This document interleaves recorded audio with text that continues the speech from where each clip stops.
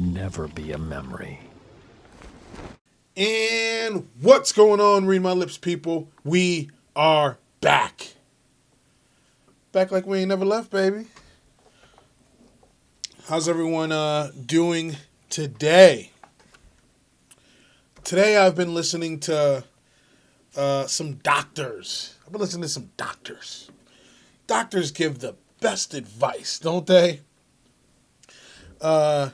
Ladies and gentlemen, boys and girls, children of all ages, please listen to your doctors. Unless their names happen to be Oz and or Phil. Don't listen to them. Don't listen to them motherfuckers at all. No, don't do it.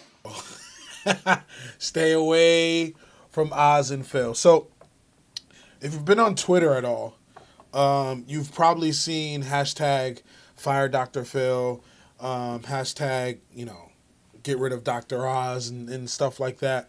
And if you're wondering what that was about, if you're wondering what was happening, Dr. Oz and Dr. Phil, and I have clips for you. I'm going to play the clips. They're really short.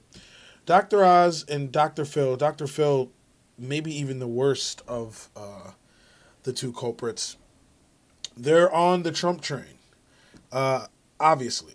And they're telling people to go back to work. They're all on board with this go back to work rhetoric. And I spoke on it a little in yesterday's video. I spoke on it in a couple videos kind of sporadically. It's not safe to go back too early. You want to take the utmost precaution before you sort of hit the restart button on society. But these people have other agendas. All right? They truly, and I say this and I genuinely mean this, they truly don't give a fuck about you. They really don't. All they care about is their stock portfolio. All they care about is themselves and their bank account. They do not care about you at all. They don't care if you die. And I wouldn't just throw this out there just to throw it out there. It's true. So I'm going to play the clip of both of them, both Oz and Phil, and then we're going to come back and we're going to talk about this. 250 people a year die from poverty. And the poverty line is getting such that more and more people are going to fall below that because the economy is crashing around us. And they're doing that because people are dying from the coronavirus. I get that. But look, the fact of the matter is we have people dying. 45,000 people a year die from automobile accidents, 480,000 from cigarettes, 360,000 a year from swimming pools. But we don't shut the country down for that. But yet we're doing it for this. And the fallout is going to last for years because people's lives are being destroyed. And Dr. Oz, help us. Well, first, we need our mojo back. Let's start with things that are really critical to the nation where we think we might be able to open without getting into a lot of trouble. I tell you, schools are a very appetizing opportunity.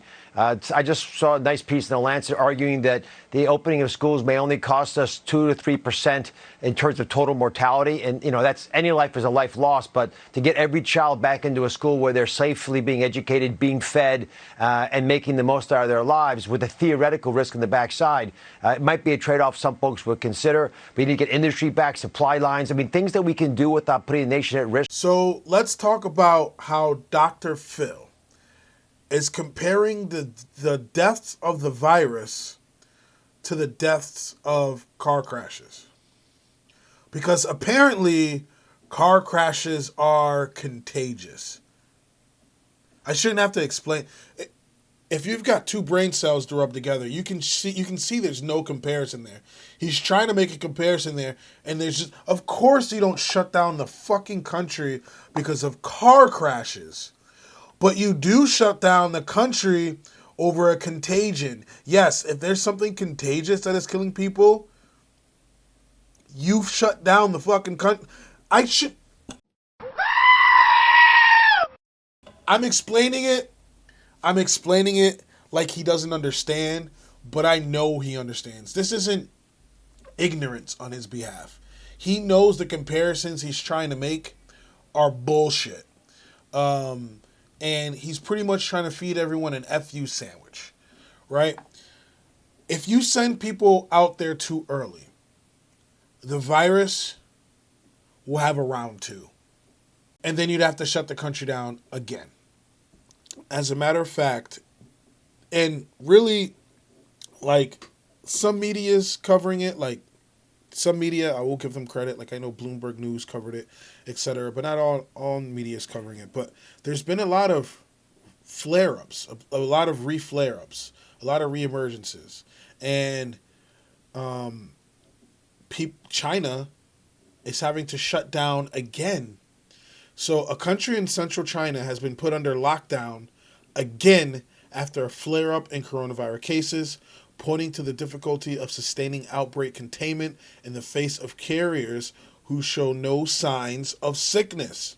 Jia County, whose population numbers around 640,000, issued a directive on Wednesday asking all residential compounds to be sealed off and those visiting and leaving homes to produce identity cards, wear masks, and submit to temperature checks. Car traffic is also limited. The move came after residents were unnerved by an incident in which a woman was infected after she visited a doctor who carried the virus but showed no signs of being sick. Researchers are finding that these stealthy carriers can play an outsized role in spreading the pathogen to others, since there's no easy way to tell they're infected.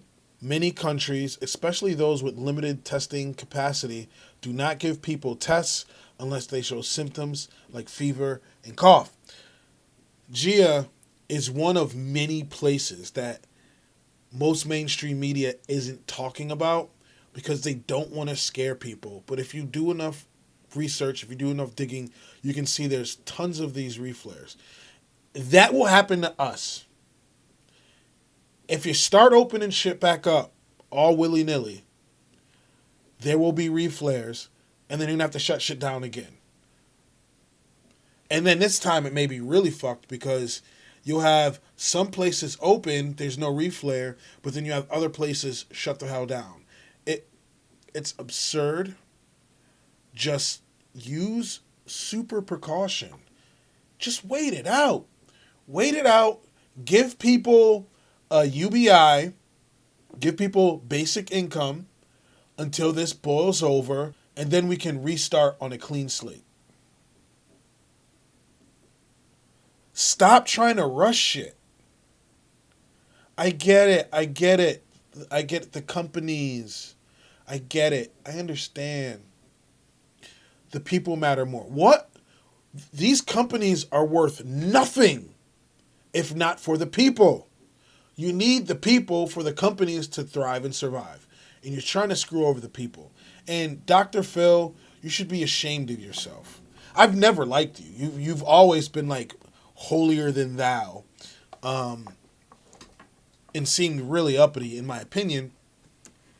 But, I didn't have a personal problem with you. I just didn't like your show. I didn't like your media. But now we got a problem. This is no. And you should be ashamed of yourself. And Dr. Oz, what do you mean send the children? Just send the children back to school, safe place. That is not a safe place because the school is going to have a mass amount of people in it.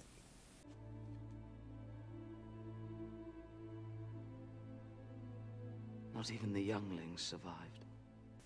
What you're saying literally makes no sense. The kids need to be not in large groups and at home until this blows over. It's interesting, and I don't really play red versus blue. It's silly at times, but the Republicans in this instance really want this shit to open back up. And it's fucking weird. And let me rephrase that. Right-wing media in the right-wing upper echelon really want this shit to open back up. Trump really wants this shit to open back up. The people want to open back up, but we do it when it's safe. So yeah, all you've been seeing on Twitter and all over social media is fire Dr. Oz and stuff like that. I'm with it. What do you guys think? Do you think, screw it, middle of next month, let's just open back up? Or sooner. I mean, I've been seeing reports of Trump saying, telling governors and stuff, you want to open back up today, open back up. I've been seeing that. So what do you think? You think people should just open back up? Screw it. Let's just get back on the ball game like nothing's happening? Or do you think we should take the utmost precaution and then open back up when it's safer? One of the issues we had is we didn't take it serious at first. I remember when the virus hit, all over, especially all over Facebook, all over, people, oh, it's like the flu. This is not a big deal. People are whining and complaining. This is ridiculous. I should be at work. Nobody took it serious. Nobody took it serious. And then suddenly, since you didn't take it serious initially, same with Donald Trump, since he didn't take it serious initially, when it gets warm, this thing all blow over. It's not a problem.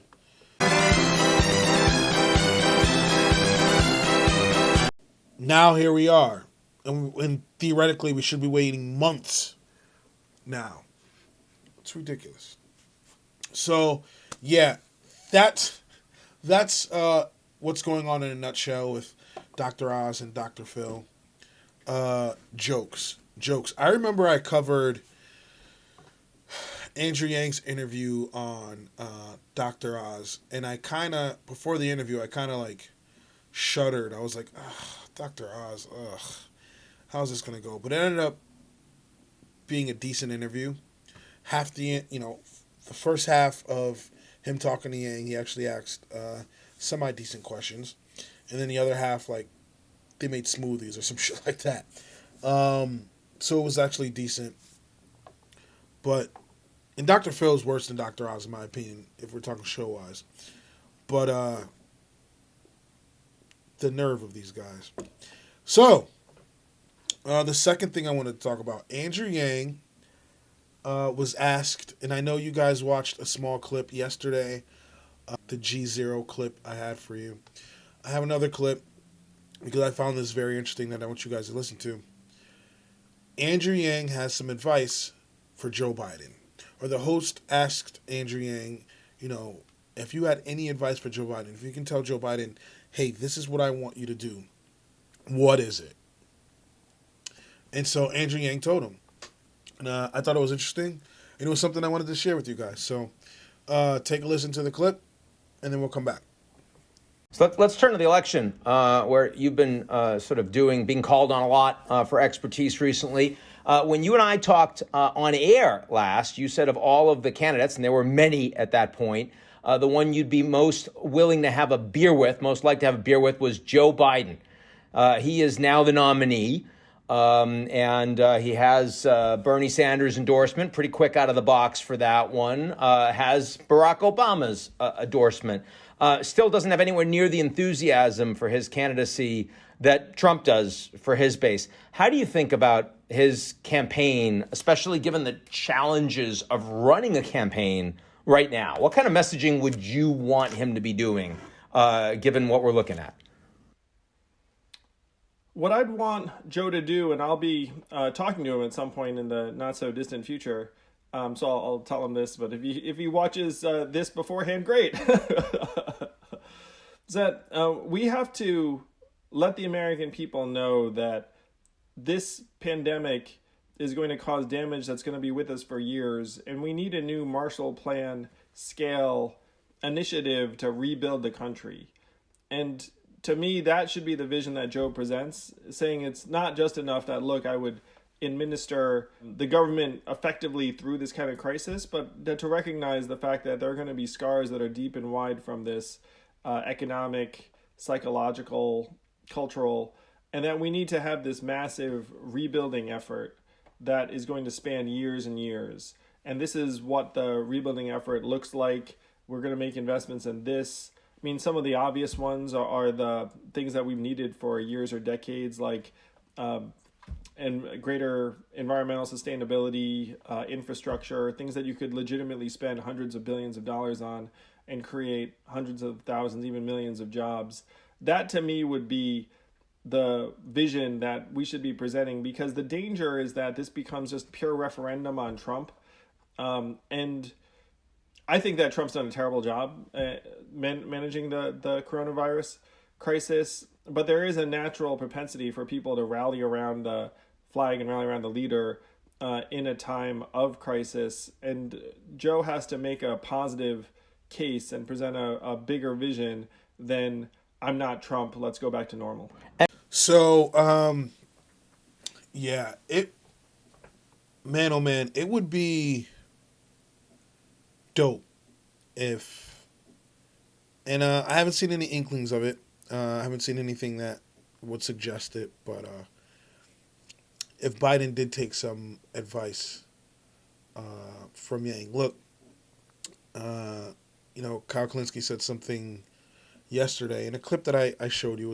It was a fairly long clip getting at Bernie Sanders, and in that clip he was saying Joe Biden does really well with older voters, but there's a huge disconnect with younger voters.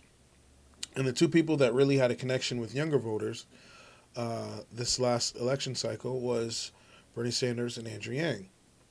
Clearly he's not going to listen to Sanders. He gave him a fucking task force and sent him on his way. If you were to listen to Andrew Yang, I guarantee he'd perform much more adequately than he is coming up against Trump. Now, and I've said this before, originally I thought Joe Biden had a 0% chance against Donald Trump. Had there been no virus, it'd be over. But because of the virus and because of sort of the antics and the actions Trump has taken and the way this is played out, Joe Biden has a small chance. He has a shot. Okay? He's not going to do UBI. I was saying Joe Biden is not going to do UBI months ago. I was saying that when Yang was still in the race, right? Joe Biden is not going to do UBI. He doesn't care enough, right? He is a neoliberal corporate Democrat. He's not going to do UBI. I'm not even going to say unfortunately because I knew that wasn't happening. But if he can take just small tidbits of information from Andrew Yang and apply it, he'd have a much easier time. A much easier time. And I think Yang said at the end of that interview that, he has yet to speak to Biden, but he plans on it. I hope his ears are open. And I hope he really, took into consideration the advice he was given. Right? Because as of now, he is the Democratic nominee. In a way, he's like, y'all gonna give me advice? I'm the winner. But there's this weird theory going on that what Biden's gonna do, some weird theories, that Biden's going to make Hillary his VP and then drop out of being president and have Hillary Clinton be the president. I mean, I've seen Stranger Things. I don't think that's the movie he's going to play. I think he legitimately wants to be president of the United States. He's been in politics for a very long time, as have Hillary. But I think he needs this. He needs this on his resume. He's like, I will be president before I fucking die. So I don't think that's his plan. And I don't think he's going to get a VP that we all want or will be satisfied with. I really don't. But, yeah, one of the theories was he's going to make Kamala his VP. And then, again, same as the Hillary scenario. And then he's going to stop being president and make Kamala the president. I think those theories come from those people want Hillary as president, or those people want Kamala as president. I don't think his VP pick is going to be mind-boggling or shocking at all. I think it's going to end up being like, like I know the Bernie bros, they're like, oh, make it Nina Turner or this person or that person. I don't think he's going to do that. I don't think it's going to be anybody super progressive. He already thinks he's incredibly progressive. Every time he talks to us, or he talks about progressive, he's saying I'm the most progressive candidate. He really thinks he's already the most progressive. So he needs all the help he can get, and I really do hope Yang is in his ear. And it is shocking to me. This part is shocking that he didn't make Yang his VP. That is shocking. Because clearly the stats showed you're gonna need the younger voters. And that would have been a clinch. That would have been a checkmate. All right, I'm doing well with older voters. Old people love me. Younger voters don't fuck with me at all. But they're not even coming out the way they should. Because if younger voters would have came out the way the older voters were coming out, Bernie Sanders would have won. Younger voters don't mess with me. And the other half of that is they're not even coming out. If you would have got an Andrew Yang, that would have helped you out immensely. Immensely. But the hubris of him, just like the hubris of Sanders, they all are so full of themselves they can't even stop and be bothered to ask for the advice of the younger generation. Okay. Again, another one of the reasons why I'm over Biden. But yeah, what do you think? Do you think Yang's going to give him some advice and Biden's going to take it and do what Yang suggests? Or is Biden just going to do what he wants to do what the donors tell him, and try to be Barack Obama 2.0? What do you think? Interested to hear what you have to say. So yeah, that's pretty much it, guys. Nothing crazy today. I feel like the day flew by. You know what? During these times, you know what I really look forward to is going for my afternoon run. It's crazy how the little things now mean so much. I'll literally be checking the clock, oh, is it time for my run? I have it so planned out. It's ridiculous. How are you guys keeping yourself sane during this pandemic? What are you guys up to? Let me know in the comment section below. So, if you like what you see, if you like what you hear, please like, comment, subscribe. Just hip thrust that like button. I'd really appreciate it. If you don't, let me know in the comment section why. I'm always down to talk about it. I have a Cash App, a PayPal, and a Venmo link in the description below. Please feel free to donate to the channel. Every little bit helps. Hopefully, I'll be talking to you guys soon. Have a good one. Peace.